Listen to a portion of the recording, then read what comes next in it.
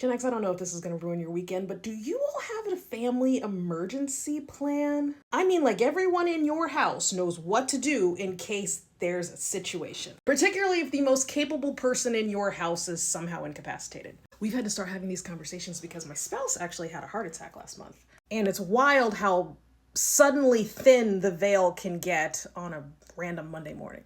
But it got all of us thinking, like, what are we going to do? Like, if the adult in the house, because we got little ones, can't breathe, can't do anything, what do the others do? And what's wild is that, when we were growing up, the family emergency plan wasn't that complicated because you just go grab the phone, dial 911. But we don't have a landline. So like I said, my little ones don't have their own phone, so we have to actually show them how to take our cell phones and still be able to make an emergency call without knowing our passcodes. And then you have to remind them what an actual emergency looks like.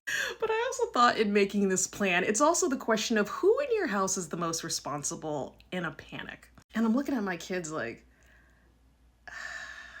we have really great neighbors, so I've always told the girls that, I know the people they can go to who will be able to make rational decisions, and most of them are right next door. But who's going to break down crying? Who's going to take the lead? Who's actually going to remember the protocol? And it suddenly turns into The Walking Dead. They're going to have to make up their own society for about a minute. And then I wonder, have I raised responsible children?